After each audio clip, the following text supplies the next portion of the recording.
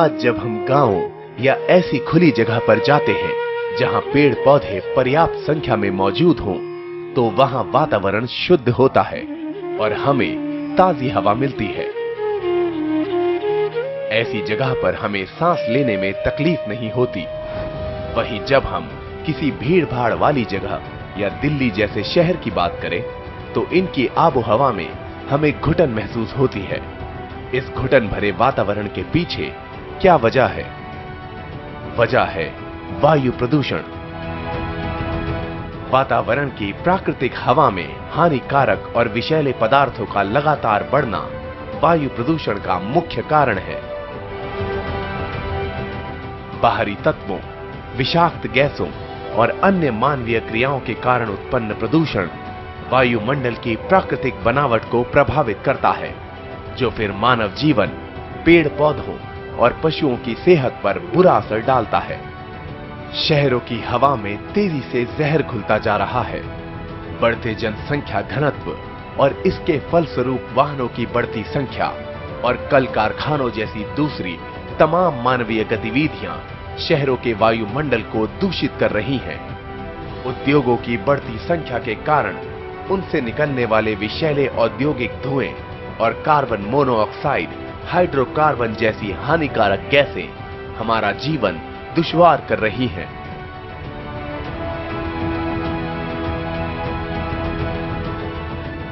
हमारे देश में वायु प्रदूषण के 4 मुख्य कारण हैं। पहला, ऑटोमोबाइल वाहन। दूसरा, उद्योग। तीसरा, घरेलू स्रोत जैसे रसोई और घरेलू उपकरणों से निकलने वाला प्रदूषण। और चौथा, व्यक्तिगत स्तर पर किया जाने वाला प्रदूषण जैसे धूम्रपान आदि। गांवों में फसल की पैदावार और उसकी कटाई के बाद फसलों के जो अवशेष बचते हैं, किसान उसके निपटारे के लिए उन्हें खेतों में ही जला देते हैं, जिसकी वजह से धुएं का अंबार वायुमंडल में पहुंचता है।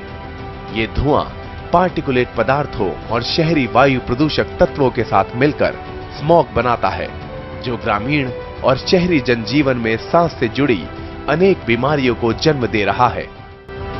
गांव भी आज इस वायु प्रदूषण से अछूते नहीं हैं।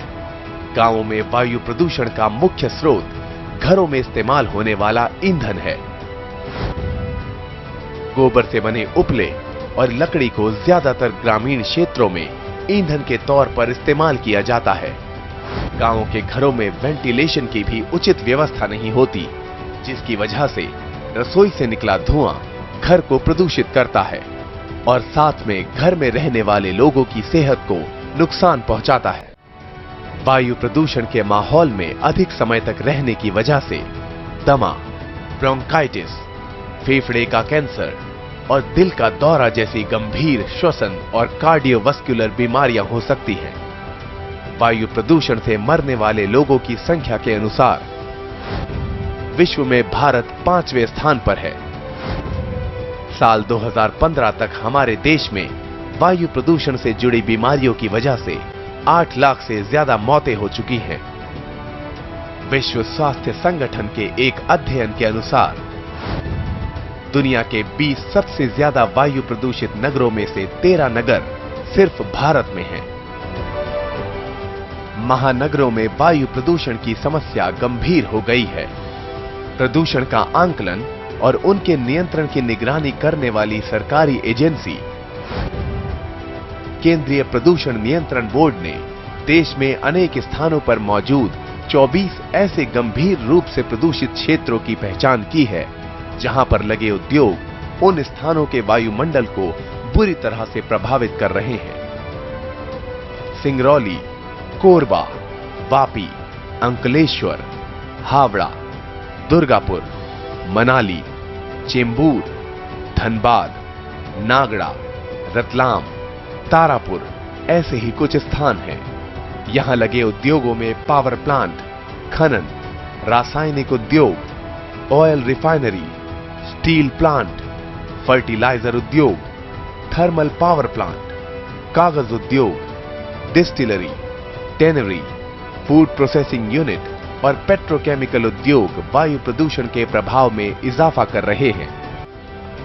कीटनाशकों का उपयोग, खरपतवार को मारने के लिए प्रयोग की जाने वाली गैसें, ऊर्जा संयंत्रों से निकलने वाली ऊष्मा और फ्लाई ऐश भी वायु प्रदूषण उत्पन्न करते हैं। वायुमंडल में मौजूद वायु प्रदूषण का स्तर हमारे स्वास्थ्य को संकट में डाल रहा है और ये स्तर कितना है, इसका पता हमें एयर क्वालिटी इंडेक्स से चलता है। एयर क्वालिटी इंडेक्स में 0 से लेकर 500 तक की अधिकतम सीमा होती है। अगर ये इंडेक्स 0 और 50 के बीच है तो ये हमारे स्वास्थ्य के लिए अच्छा है। इस सीमा के भीतर बच्चे, बूढ़े, महिलाएं सभी की सेहत पर कोई बुरा असर नहीं होता। 101 और 150 के बीच की सीमा वृद्ध और दमा जैसी सांस की बीमारियों से पीड़ित व्यक्तियों के लिए संवेदनशील होती है। 151 और 200 के बीच एयर क्वालिटी इंडेक्स होने पर यह स्वास्थ्य के लिए नुकसानदेह है और यही सीमा जब 201 से 300 के बीच होती है तो और भी ज्यादा नुकसान देने वाली हो जाती है। इन स्थितियों में बाहर खुले में अधिक समय तक रहना और सांस लेना हानिकारक होता है। हमारे वायुमंडल में carbon monoxide, sulphur dioxide, nitrogen dioxide और पार्टिकुलेट मैटर वायु प्रदूषण के लिए मुख्य तौर पर जिम्मेदार होते हैं। इनमें कार्बन मोनोऑक्साइड गैस कार और दूसरे ऑटोमोबाइल के धुएं में मौजूद होता है। ये वायुमंडल की ऑक्सीजन गैस को अपने में सोख लेता है और इसके नतीजे के तौर पर सिर दर्द, थकान और दिखाई देने में परेशानी होती है। कोयले के जलने और वाहनों में ईंधन के दहन से सल्फर डाइऑक्साइड गैस पैदा होती है। इस गैस की वजह से हमारे सांस की नली संकरी हो जाती है, जिससे सांस लेने में तकलीफ होती है।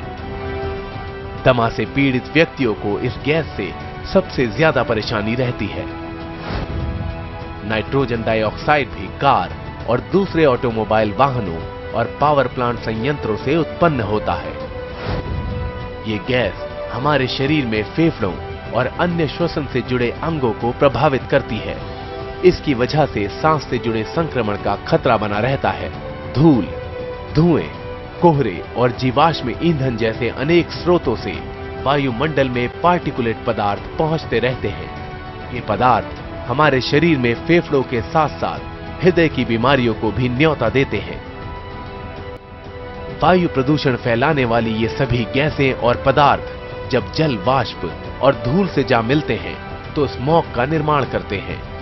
ये स्मॉग शहरों में सांस से जुड़ी बीमारियों का एक बहुत बड़ा कारण बनता जा रहा है।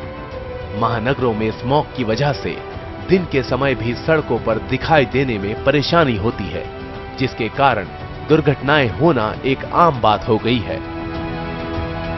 वायुमंडल में कार्बन डाइऑक्साइड, कार्बन मोनोऑक्साइड और नाइट्रोजन ऑक्साइड जैसी ग्रीन हाउस गैसों की मात्रा में हो रही लगातार बढ़ोतरी के कारण ओजोन का सुरक्षा कवच पतला हो रहा है और हमारे पर्यावरण में ग्रीन हाउस प्रभाव बढ़ता जा रहा है। ये प्रभाव पूरी दुनिया का तापमान बढ़ा रहा है, जिससे ग्लेशियर पिघल रहे हैं और समुद्र तटीय इलाकों के डूबने का खतरा बढ़ता ही जा रहा है।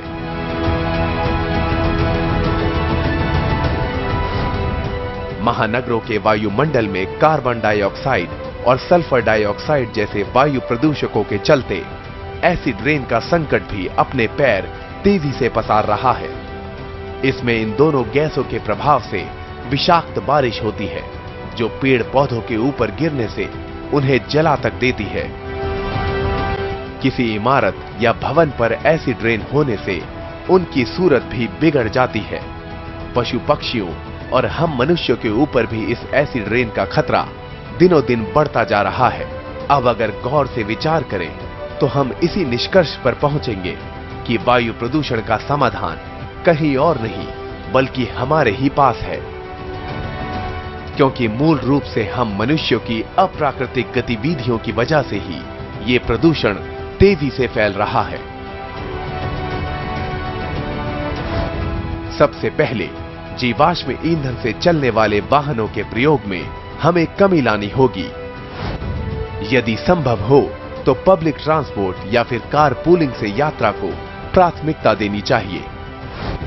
छोटी दूरियों के लिए अगर साइकिल की सवारी की जा सके तो इससे वायु प्रदूषण भी नियंत्रित रहेगा और हमारा स्वास्थ्य भी उत्तम बना रहेगा।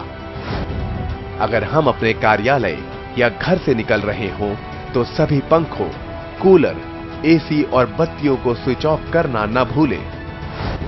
अधिक ऑक्सीजन देने वाले पेड़ों को लगाएं। सरकार अपनी ओर से ग्रामीण और शहरी दोनों क्षेत्रों में वायु प्रदूषण के नियंत्रण की खातिर अनेक उचित कदम उठा रही है। शहरों और अब गांवों में भी एलपीजी कनेक्शन को विस्तार देकर रसोई घर से निकलने वाले प्रदूषण को काफी हद तक कम किया जा रहा है। शहरों में जीवाश्म ईंधन के समांतर सीएनजी गैस के प्रयोग को बढ़ावा मिल रहा है, जो पर्यावरण की रक्षा करता है और वायु प्रदूषण में कमी लाता है। शहरों में जीवाश्म ईंधन के समांतर सीएनजी गैस के प्रयोग को बढ़ावा मिल रहा है, जो पर्यावरण की रक्षा करके वायु प्रदूषण में कमी लाता है। लोगों के सामूहिक प्रयासों के द्वारा वायु प्रदूषण को नियंत्रित करने में मदद मिल सकती है। औद्योगिक क्षेत्रों की स्थापना रिहायशी इलाकों से दूर होनी चाहिए और लंबी चिमनी का प्रयोग करने के लिए उद्योगों को प्रोत्साहित करना चाहिए। स्कूली बच्चों और जन सामान्य में वृक्षारोपण की आदत डालने के लिए प्रोत्साहन योजनाओं को शुरू किया जाना एक अहम कदम साबित हो सकता है। बढ़ती ऊर्जा जरूरतों को पूरा करने के लिए सौर ऊर्जा, बायोमास ऊर्जा और पवन ऊर्जा जैसे नए स्रोतों की ओर सरकार ने प्रयास शुरू कर दिए हैं। हमें उम्मीद करनी चाहिए कि निकट भविष्य में इसके सकारात्मक परिणाम हमें देखने को मिलेंगे। केंद्रीय प्रदूषण नियंत्रण बोर्ड और पर्यावरण मंत्रालय ने वायु प्रदूषण को लेकर अनेक गंभीर कदम उठाए हैं। इन सरकारी एजेंसियों के द्वारा जीवाश्म ईंधन से चलने वाले ऑटोमोबाइल, उद्योगों और पावर प्लांट से निकलने वाले धुएं और गैसों के एयर क्वालिटी इंडेक्स को लगातार निगरानी में रखा जाता है।